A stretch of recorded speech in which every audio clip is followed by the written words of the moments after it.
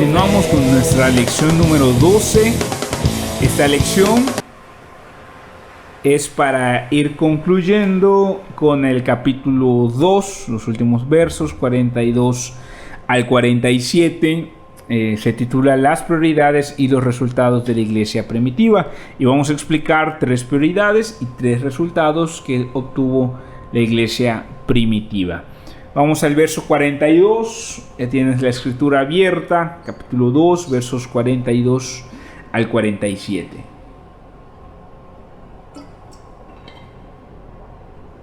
Dice la palabra: todos los creyentes se dedicaban a las enseñanzas de los apóstoles, a la comunión fraternal, a participar juntos en las comidas, entre ellas la cena del Señor, y a la oración. Un profundo temor reverente vino sobre todos ellos, y los apóstoles realizaban muchas señales milagrosas y maravillas.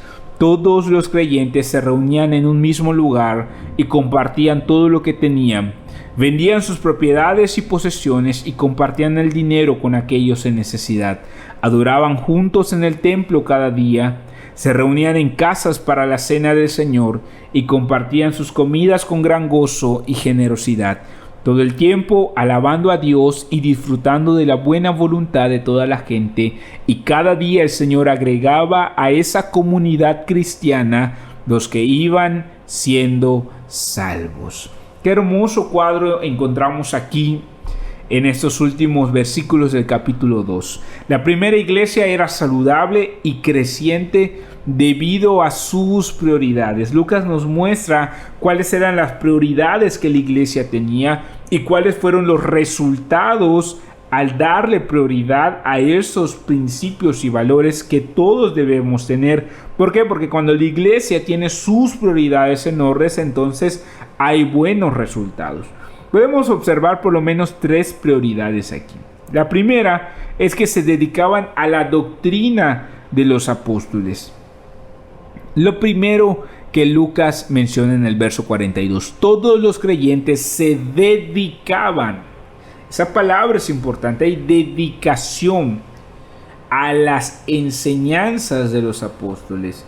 La doctrina, la enseñanza es fundamental como prioridad para una iglesia sana. Una iglesia que no enseña, una iglesia que no da la sana doctrina, se va a ir diluyendo poco a poco. Lamentablemente muchos hoy ya no soportan la sana doctrina, prefieren predicaciones emocionantes, aunque sea pura psicología, en vez de escudriñar las escrituras. Ahora, ¿cuál es la doctrina de los apóstoles? ¿Cuál es la enseñanza de los apóstoles?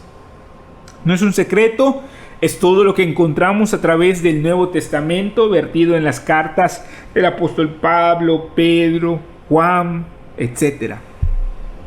De esas doctrinas podemos hacer un compendio, podemos hacer un sistema, si le podemos llamar así, que más bien es un orden lógico, un orden sistemático de temas de cada una de esas doctrinas, y de ahí nace lo que se llama la teología sistemática, que lo que hace es ordenar las enseñanzas en diferentes temas. Y de ahí nace la teología propia, la armatología, eclesiología, soteriología, neumatología, etc. De todas estas doctrinas nosotros podemos extraer por lo menos 13 verdades fundamentales, 13 doctrinas fundamentales que son las que todos deberíamos tener bien claras, conocerlas, y que son las que enseñaron los apóstoles. Por comentarlas, solo para que ustedes las tengan, podemos decir que se encuentra la inspiración de las escrituras, el Dios único y verdadero, el hombre, su caída y redención, la salvación del hombre, la santificación del creyente, el bautismo en el Espíritu Santo, la sanidad divina, la iglesia, la mayordomía financiera, el arrebatamiento de la iglesia, la segunda venida de Cristo, el milenio, el juicio final de los incrédulos, cielos nuevos y tierra nueva, el bautismo en agua, la santa cena del Señor y la desaprobación de doctrinas erróneas. Todo esto lo encontramos en la doctrina de los apóstoles. Aquí hay algo muy importante que siempre debemos tener en cuenta. Lo único que Dios ha prometido bendecir es su palabra. Todo lo que nosotros le agreguemos que no esté en su palabra, el Señor no ha prometido bendecirlo. Por eso es importante que nos ciñamos, nos agarremos de la Escritura, solo lo que la Biblia enseña. Al igual que todos los días debemos comer, así también todos los días debemos desear el alimento sólido de la palabra. Familia, no hay un momento de graduación para esto, La pregunta que siempre debemos hacernos es: ¿qué dicen las Escrituras? Si en tu vida has dejado de sentir hambre por la palabra de Dios, como que no hay hambre por las Escrituras, te quiero dar algunas recomendaciones para que se reavive ese fuego y esa hambre por la palabra. Primero, examina tu dieta mental. La mente necesita una dieta correcta, es decir, ¿de qué estamos llenando nuestra mente cotidianamente? ¿No será que la estamos llenando y nutriendo de muchas cosas banales, carnales, poco espirituales, que incluso van en contra del Espíritu Santo? Muchas películas, series, libros que no te están llenando espiritualmente, sino que están llenando la carne. Todo esto puede acabar con tu hambre espiritual y tal vez necesitamos cortar algunas cosas. Esto es importante. Examina tu dieta mental. Segundo, aliméntate de buena comida a pesar de tu sentir. No te dejes guiar por el sentir, sino que inicia un plan de lectura bíblica y comprométete a cumplirlo. Únete a los grupos de crecimiento, inicia tu discipulado. Hay muchos recursos, pero tienes que comprometerte. 3. Examina tu agenda de trabajo espiritual. ¿Cómo estás en la obra del Señor? ¿Estás sirviendo en la obra del Señor? ¿Estás haciendo algo o no estás haciendo absolutamente nada? Trabajar poco o trabajar en exceso, ambos pueden afectar tu relación con el Señor. ¿Se puede trabajar en exceso en la obra del Señor, aunque parezca algo loco? Sí. Sí, ¿en qué sentido? En exceder los límites y las capacidades que Dios te ha dado y en empezar a hacer lo que Dios no te ha llamado a hacer. Cuando nos excedemos, cuando salimos de los límites en la obra del Señor, viene el agotamiento espiritual. Y ahí es cuando necesitamos descansar. Hay que buscar el equilibrio. No se trata de hacer nada, pero tampoco se trata de querer hacerlo todo, incluso el trabajo de Dios. Acordémonos de Elías. Elías estaba agotado espiritualmente y el Señor lo dejó descansar. Y dice la Escritura que Elías comió, descansó. Muy probablemente él estaba agotado por haber excedido límites espirituales. Elías era un hombre muy celoso del Señor, muy piadoso, y muchas veces nosotros, por amor al Señor, hacemos más de lo que el Señor incluso nos está pidiendo. Recordemos que aún el Señor Jesús descansó, Él durmió muchas veces. Así que estas 3 recomendaciones: examina tu dieta mental, aliméntate de buena comida a pesar de tu sentir, y examina tu agenda de trabajo espiritual para recobrar esa hambre por la palabra del Señor. ¿Cuál fue la segunda prioridad de la iglesia primitiva? El compañerismo. El compañerismo de los creyentes se basaba en por lo menos 3 cosas que ellos compartían. Ellos compartían una tarea en común, compartían el partimiento del pan y compartían sus bienes. Las reuniones de los creyentes, de los primeros creyentes, eran más que buenos momentos para divertirse. No era tanto social como laboral, en el sentido de que se reunían con un propósito en mente. se reunían para tener propósitos conjuntos para la iglesia, y ese propósito era extender el reino del Señor. Cuando nos reunimos solo para lo social es bueno, hay su momento, pero perdemos el enfoque del objetivo de la comunión. Y es que el compañerismo siempre debe ser parte de un trabajo conjunto, de una tarea común, que haya un objetivo cuando nos reunimos, y ese objetivo siempre debe ser extender el reino de los cielos. El partimiento de pan era otra de las cosas que compartían, y aquí se refiere en el pasaje que estamos estudiando a la comida que ellos tenían normal y a la cena del Señor. Generalmente, o más bien al inicio, en la primera iglesia, la cena del Señor se celebraba después de una comida. Se celebraba después de que ellos compartían la comida. Recordemos lo que pasaba incluso en Corinto, que ellos habían hecho las cosas muy mal. Ellos se reunían, comían, no se esperaban, era un desastre. Pero así se celebraba la mesa del Señor. Nada parecido a como lo hacemos hoy. Hoy es más litúrgico, más ritual, etcétera. Y hay sus razones y está bien, ¿no? Pero la primera iglesia no podía recibir la cena del Señor en el templo, así que la tomaban en sus casas. Y esta se celebraba después de una comida en cada casa. Cada hogar era un centro cristiano de confraternidad y de adoración. La cena del Señor, recordemos 1 Corintios 11:21, lo que dice el apóstol Pablo. Algunos, dice, pues algunos se apresuran a comer su propia comida y no la comparten con los demás. Como resultado, algunos se quedan con hambre mientras que otros se emborrachan. Esto es lo que sucedía en la mesa del Señor cuando se hacía de una manera egoísta. Los primeros creyentes no eran egoístas, sino que compartían su alimento. De hecho, dice Hechos 2:46, ahí donde estamos, Hechos 2:46, que había mucho gozo en la primera iglesia.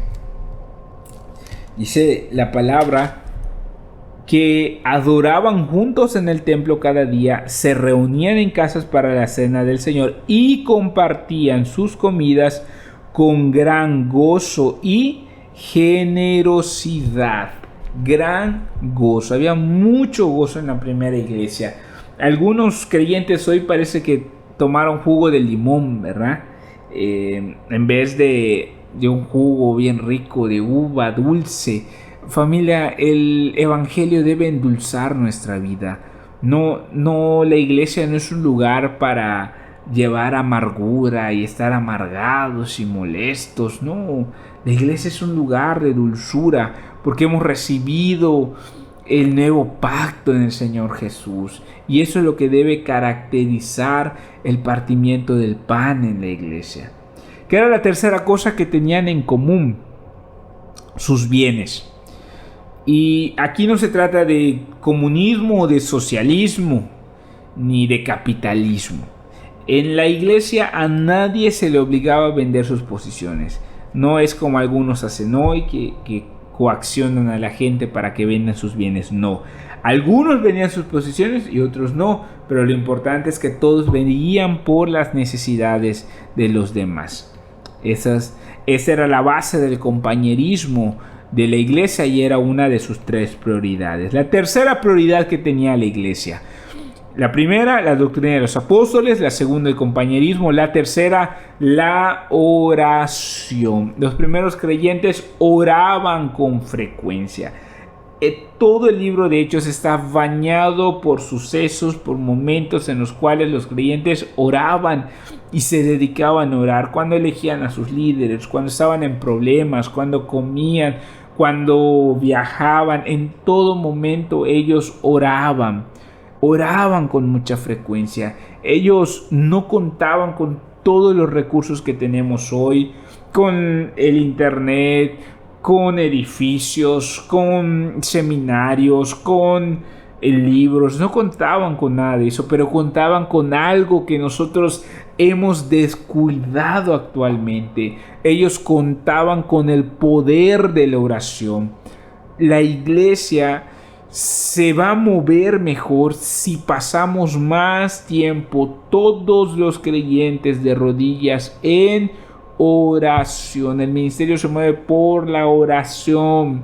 Tu ministerio, tu llamado se va a mover por la oración, no por las estrategias, no por la inteligencia, no por los recursos. Todo ello ayudará y todo ello debe venir como respuesta de la oración. Pero es la oración la base, el poder que mueve el ministerio.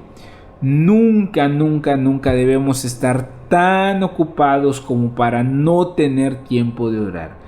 Si estamos tan ocupados para no orar, entonces hay un problema. Estamos haciendo las cosas mal, estamos haciendo cosas de más, cosas que Dios no nos ha llamado a hacer, o estamos perdiendo mucho tiempo en el internet. Pero jamás debemos estar tan ocupados como para no poder orar. La oración debe ser tan constante como la respiración. Sí, porque dice la palabra, oren en todo tiempo, orad sin cesar. Para orar no tenemos que necesariamente encerrarnos en un lugar y tener un tiempo específico, el cual necesitamos tenerlo todos los días, sí, pero debemos continuar en actitud de oración y estar orando en todo momento, por donde caminamos, por donde andamos, por donde nos movemos. Martín Lutero oraba 3 horas al día y él decía: nunca mires el rostro de una persona si primero no has visto el rostro de Dios por la mañana. Así que la oración debe ser una prioridad en nuestras vidas en cada momento. Estas 3 prioridades trajeron resultados a la iglesia y podemos observar por lo menos 3 resultados que la iglesia primitiva obtuvo al tener estas prioridades en orden. Primero, Dios hizo señales y prodigios a través de los apóstoles. Hechos 2:43. Dice la palabra: un profundo temor reverente vino sobre todos ellos, y los apóstoles realizaban muchas señales milagrosas y maravillas. Algunos agarran aquí para decir: ya viste, solo los apóstoles hacían señales y maravillas, pero no de ninguna manera. No debemos ignorar el resto de las escrituras. Más tarde el Señor hizo muchas señales y prodigios a través de toda la iglesia. Y eso lo podemos ver en la promesa de Marcos 16:20. Estas señales seguirán a los que creen, dijo el Señor Jesús. Hechos 6:8 también nos ayuda a ver que no solo los apóstoles hacían señales. En Hechos 6:8 nos muestra que Esteban, quien no era un apóstol, hacía señales y milagros asombrosos entre la gente. En el 8:6 también, vamos al 8:6 de Hechos, dice la palabra: las multitudes escuchaban atentamente a Felipe porque estaban deseosas de oír el mensaje y ver las señales milagrosas que él hacía. Felipe tampoco era apóstol. 1 Corintios 12:7-11 también nos habla al respecto. Y Santiago 5:14-16 también nos muestra que la sanidad viene no a través de apóstoles, sino de la oración de fe hecha por los ancianos de la iglesia. Estos milagros no solo eran para que los vieran, sino que tenían al menos 3 propósitos. Primero era confirmar la palabra que enseñaban los apóstoles. Lo segundo era mostrar amor y misericordia a los que estaban en necesidad. Y tercero, ayudar a los creyentes a arraigarse más en la palabra y a confiar en el poder de Dios. Muchos hoy los que no están a favor de la obra del Espíritu Santo actuando el día de hoy, como en el libro de los Hechos, dicen que los milagros solo eran para confirmar la palabra. Y esto no es así, familia. Lo podemos ver en todo el ministerio de nuestro Señor Jesús. Él fue un hombre compasivo y muchas veces hizo milagros como parte del amor y la misericordia para los que estaban necesitados. Hoy hay mucha necesidad y la gente necesita ver el poder del Señor Jesús. tanto como necesita la palabra y el amor del Señor. Algunos dicen que las señales, milagros y maravillas no son para hoy, pero esto es falso, totalmente falso. Para aquellos que aún creen la enseñanza de los apóstoles, los milagros físicos y espirituales están disponibles en sus vidas. Ese fue el primer resultado de poner las prioridades en orden en la iglesia. El segundo resultado fue que hubo buena aceptación por parte de la gente. Veamos Hechos 2:47. Dice la palabra: todo el tiempo alabando a Dios y disfrutando de la buena voluntad de toda la gente. Esto quiere decir que generalmente a la gente le gustaban los primeros creyentes. A la gente le gustaba ver a los enfermos sanar, las vidas transformadas por el poder del evangelio, la tristeza convirtiéndose en gozo, el compañerismo, la alegría y la forma de compartir de los primeros creyentes. Era algo hermoso y la gente se maravillaba al ver todo esto. Era algo que les gustaba, cómo era la primera iglesia. Veamos que dice Lucas 2:52, porque el Señor Jesús también fue un ejemplo de esto. Lucas 2:52 dice: Jesús crecía en sabiduría y en estatura, y, noten esto, en el favor de Dios y de toda la gente. Qué hermoso es esto, que podamos tener el favor de Dios, pero no olvidarnos también del favor de la gente, porque muchas veces creemos que estas dos cosas están peleadas, que o el favor lo tenemos de Dios o de la gente. Y es cierto que cuando uno se amolda al mundo, el mundo te ama, pero no de eso está hablando aquí. Aquí estas personas eran fieles reflejos del amor y la misericordia del Señor Jesús, y esto hacía algo hermoso y precioso el ministerio de la iglesia para la gente que no era de la iglesia. La buena aceptación por parte de la gente era un resultado de aquellos que pusieron en orden las prioridades tal como el Señor Jesús quería que estuvieran en la iglesia. El tercer resultado de poner en orden las prioridades está igual ahí en Hechos 2:47. Hechos 2:47, que es donde estamos meditando, estudiando. Dice: y cada día el Señor agregaba a esa comunidad cristiana los que iban siendo salvos. Interesante pasaje, qué interesante forma de cerrar el capítulo por parte de Lucas. Bueno, claro, sabemos que los capítulos no fueron puestos por Lucas, pero bueno, el crecimiento de la iglesia. Este fue el tercer resultado que obtuvo la iglesia primitiva. Enfocarnos en las prioridades y en los valores que tuvo la primera iglesia va a traer como un resultado natural el crecimiento de la misma. No debemos cometer el error de centrarnos en el crecimiento. El crecimiento no debe ser el centro de nuestra atención, sino las prioridades bíblicas de la iglesia. Y entonces el crecimiento vendrá como resultado. Y hay tres cosas que podemos aprender de este pasaje, de lo que acabamos de leer. Que dice, lo voy a volver a leer: y cada día el Señor agregaba a esa comunidad cristiana los que iban siendo salvos. ¿Qué es lo primero que podemos observar? Que el Señor Jesús es el único que puede añadir gente a la iglesia. Nosotros no lo podemos hacer.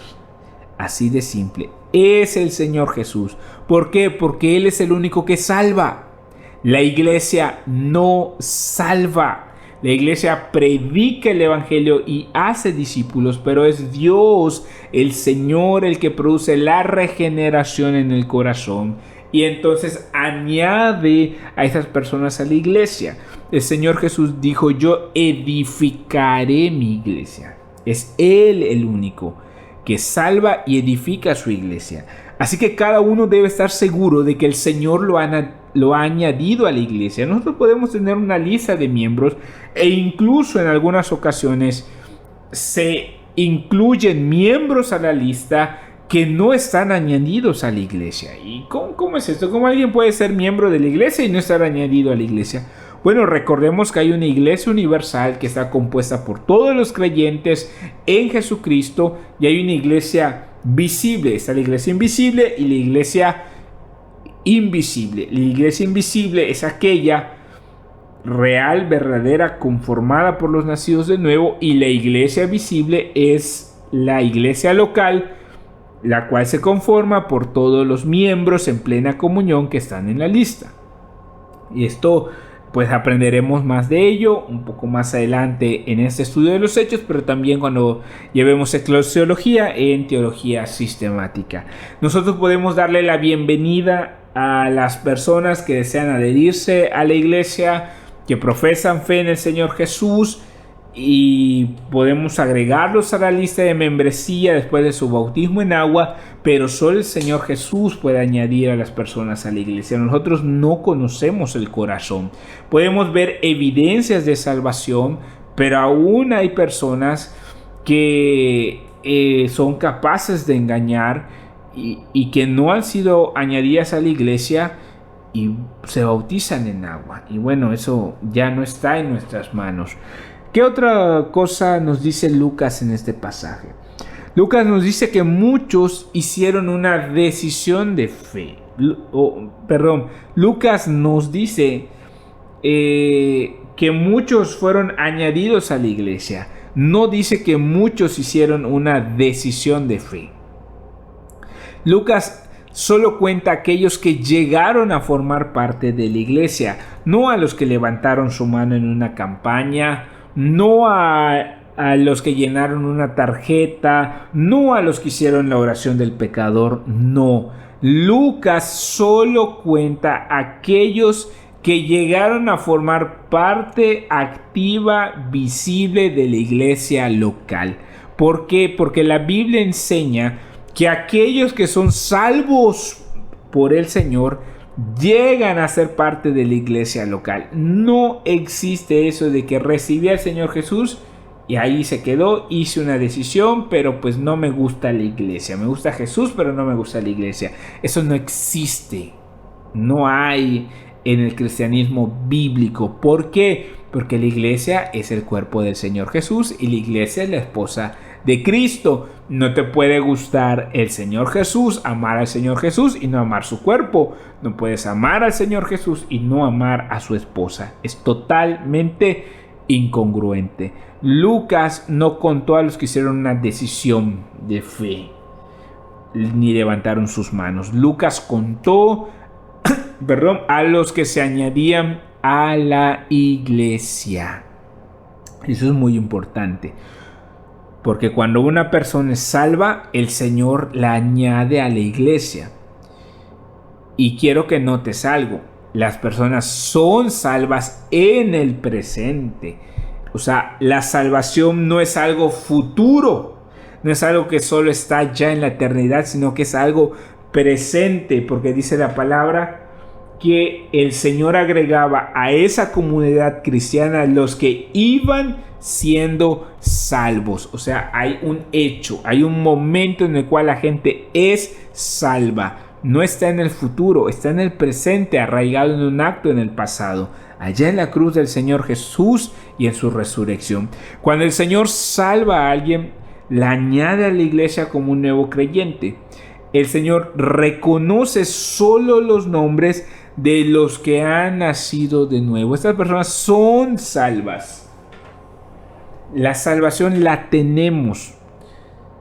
No trabajamos para ser salvos, trabajamos porque somos salvos. No hacemos obras para ser salvos, hacemos obras porque somos salvos. ¿Y quiénes son los que son salvos? Los verdaderamente salvos. No los que dicen que son salvos y viven como el mundo, no. Los que están escritos en el nombre, los que están escritos en el libro de la vida, sus nombres en el libro de la vida. Vamos a Apocalipsis, vamos a ver 3 pasajes para ir terminando, ir cerrando este estudio. Apocalipsis capítulo 3. En el verso 5 dice la palabra: todos los que salgan vencedores serán vestidos de blanco. Nunca borraré sus nombres del libro de la vida, sino que anunciaré delante de mi Padre y de sus ángeles que ellos me pertenecen. ¿Quiénes? Los que tienen su nombre en el libro de la vida. Tú puedes tener tu nombre en la membresía, pero si tu nombre no está en el libro de la vida, hay un problema muy grave, mi estimado, que me oyes esta clase. Apocalipsis 20:12 dice la palabra: vi a los muertos, tanto grandes como pequeños, de pie delante del trono de Dios. Los libros fueron abiertos, entre ellos el libro de la vida. A los muertos se les juzgó de acuerdo a las cosas que habían hecho, según lo que estaba escrito en los libros.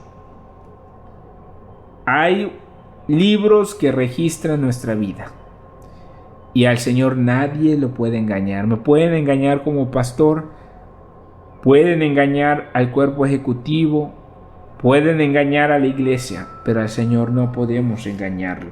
Él sabe quiénes son sus hijos de verdad. Apocalipsis 21:27 dice: no se permitirá la entrada a ninguna cosa mala, ni tampoco a nadie que practique la idolatría y el engaño. Solo podrán entrar los que tengan su nombre escrito en el libro de la vida del Cordero. Familia, ese nombre puede ser escrito en esos libros. Nuestro nombre puede ser escrito en esos libros en el momento en el que nos arrepentimos de nuestros pecados y venimos a la fe, en fe al Señor Jesús. Abandonamos nuestra vida pecaminosa y caminamos por fe. En ese momento podemos ser salvos y nuestro nombre es escrito en el libro de la vida y sabemos que somos hijos de Dios porque Él nos ha salvado.